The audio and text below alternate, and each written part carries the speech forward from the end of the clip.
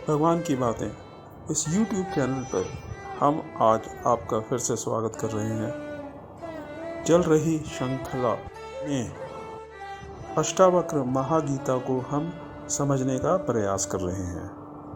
इस महान ग्रंथ का प्रतिपाद्य विषय एक ही है, ब्रह्म ज्ञान। यानी हम जीव जो स्वरूप से निर्गुण निराकार है, जो कि ब्रह्म का स्वरूप है, वही हमारा स्वरूप है। हमारा स्वरूप जिसे हम मैं या आत्मा के नाम से जानते हैं, उसका स्वरूप और ब्रह्म का स्वरूप एक ही है, जिसके प्रतिपादन के लिए ये ग्रंथ उद्यत हुआ है।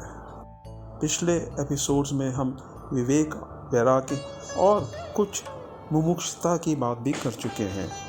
जिसको विवेक और वैराग्य होगा वो ही आत्मा का स्वरूप जानना चाहेगा, वही इस ब्रह्म का स्वरूप जानना चाहेगा। इन ग्रंथों में, इन विद्या में, यानी कि आत्म विद्या और ब्रह्म विद्या में उसी की गति होगी, उसी की मति होगी, उसी की चेष्टा होगी जो इस संसार से मोक्ष चाहता है। और वो मोक्ष तभी फलीभूत होगा जब वो इस संसार को दुख में जान ले और ब्रह्म में जान ले।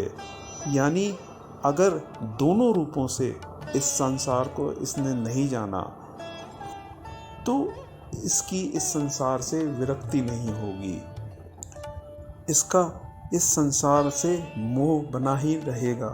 ये इस संसार को कभी छोड़ने की बात सोच ही नहीं सकता। संसार अगर दुख रूप है लेकिन सत्य है, तब भी संसार नहीं छोड़ा जा सकता है। और अगर संसार मिथ्या है लेकिन सुख स्वरूप है, तब भी संसार नहीं छोड़ा जा सकता। कुछ युक्तियाँ, कुछ दृष्टांतों के समझने से हमें ये संसार दुख रूप और मिथ्या स्वरूप प्रतीत हो सकता है, जिसका विश्लेषण हम पिछले कुछ एपिसोड्स में कर आए हैं।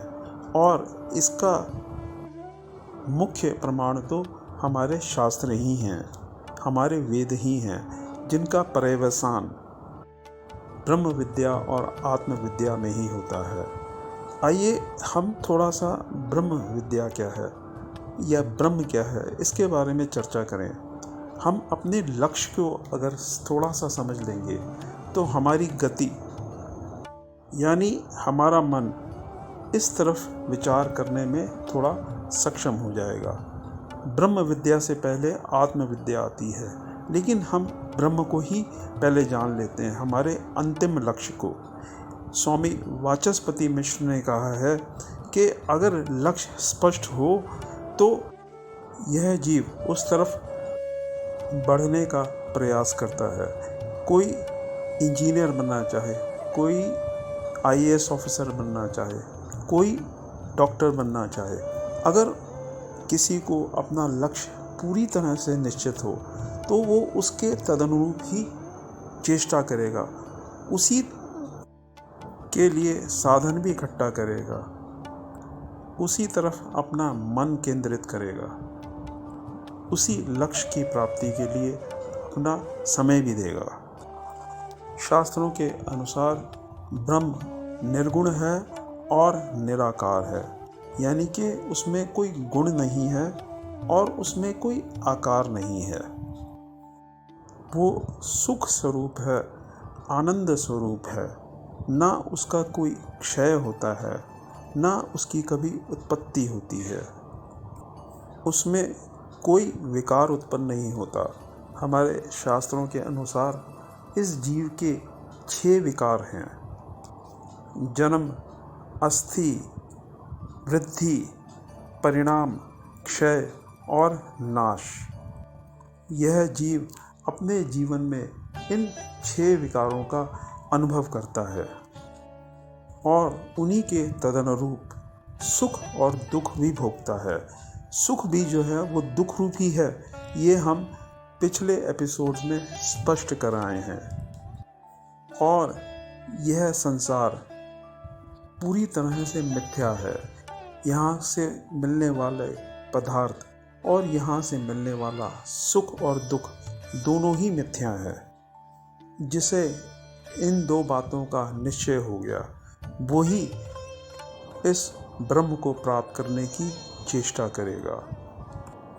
इस एपिसोड में अभी हम थोड़ी मुश्किल बात करेंगे, लेकिन अगले एपिसोड्स में वही हम सरलता से इस तरफ बढ़ने की कोशिश करेंगे और स्पष्ट करेंगे कि हमारी आत्मा का क्या स्वरूप है, ब्रह्म का क्या स्वरूप है, हमारी आत्मा का और ब्रह्म का आपस में रिलेशनशिप क्या है, हमारी आत्मा और हमारा उससे क्या रिलेशनशिप है, और क्यों वो ब्रह्म, वो आत्मा ही प्राप्तव्य है, वो ही ज्ञातव्य है, क्यों उसे ही प्राप्त करना चाहिए, क्यों उसी के बारे में ही जानना चाहिए।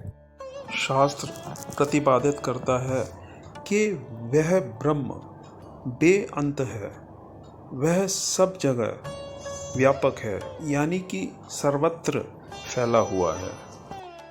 ना तो उसका कोई आदि है, यानी कि वो जन्मने वाला नहीं है, और ना ही उसका अंत है, यानी कि वो मरने वाला भी नहीं है। वो ऐसे किसी पदार्थ से मिलता भी नहीं है जिसका आदि है या अंत है। वो सत चित और आनंद स्वरूप है। जो भी मेघावी व्यक्ति आत्मा को, ब्रह्म के इस स्वरूप को जान लेता है, वो हमेशा ही सुखी होके इस संसार में विचरता है। उसे भय और दुख कभी व्याप्त नहीं होता।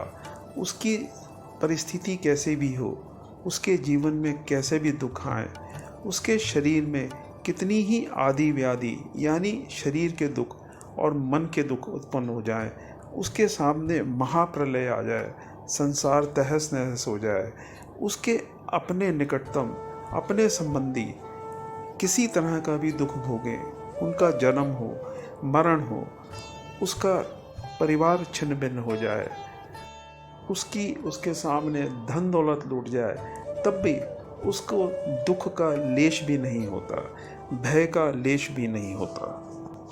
6 विकार जो हमने अभी कहा, जन्म अपने आप में बहुत दुखदायक है। भास्ति यानी कि दिखना, प्रत्यक्ष होना, वो भी अपने आप में बहुत दुखदायक है। वृद्धि यानी अपने शरीर को बढ़ते हुए देखना।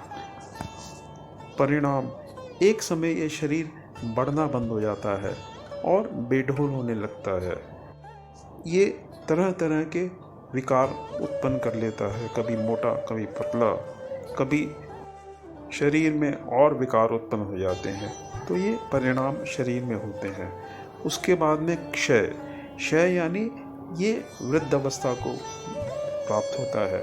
इसके शरीर के अंग शिथिल पड़ने लगते हैं, इंद्रियां अपना कार्य करने में अक्षम होने लगती हैं, शरीर साथ नहीं देता, चेहरे पर और शरीर में झुर्रियाँ पड़ने लगती हैं।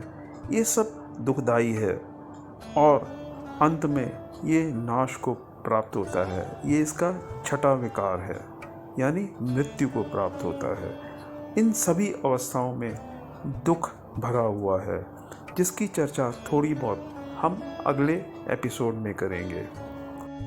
इन अवस्थाओं के भोग को, इन अवस्थाओं के दुखों को और इन अवस्थाओं के मिथ्यात्व को जब ये निश्चय कर लेता है, तो इसका मन अपने शरीर से हट जाता है। और ऐसे ही विकार ये जब अपने पुत्र में, अपने माँ बाप में, अपनी पत्नी में और अपने प्रिय सज्जनों में देखता है, तो इसका मन जो है संसार से विरक्त होना शुरू हो जाता है। और एक बात, ये विरक्ति की अवस्था इसके मन में दुख नहीं उत्पन्न करती, परंतु इसके मन में सात्विकता लाती है। इसका मन विचलित नहीं होता, इसका मन शांत होने लगता है। इस शांत अवस्था में इसके मन में सुख उत्पन्न होने लगता है। इसके मन की दशा विचित्र हो जाती है। इसको संसार अब कम दुख देता है। जितना जितना वैराग बढ़ता जाता है, संसार इसको दुख कम देने लगता है और इसके अंदर सुख की मात्रा बढ़ने लगती है। यहाँ तक कि आगे चलकर इसको अपनी मृत्यु से भी भय नहीं लगता। भविष्य की अनिश्चितता इसको परेशान नहीं करती। मृत्यु का भय इसको लगता नहीं है। अगले जन्म में मेरा क्या होने वाला है, उस भय से भी ये मुक्त होने लगता है। इसके मन में संसार के प्रति प्रेम जाग जाता है। इसको संसार का स्वरूप समझ में आने लगता है। इसको अपना भी स्वरूप समझ में आने लगता है। आस्ते आस्ते इसको पता चलता है कि मैं तो खुद सुख स्वरूप हूँ, आनंद स्वरूप हूँ। मैं कभी जन्मता नहीं, मैं कभी मरता नहीं, मैं स्वरूप से कभी दुखी नहीं होता। मेरे को स्वरूप में ही कोई भय नहीं है। इस तरह का ज्ञान इसे अपने स्वरूप के और नज़दीक ले आता है। ये अपने बारे में और अपनी आत्मा के बारे में और भी जानना चाहता है। आज हम इन्हीं शब्दों के साथ अपनी वाणी को विश्राम देते हैं। अगले एपिसोड में इसी विषय को आगे बढ़ाएंगे। तब तक के लिए नमो नारायण।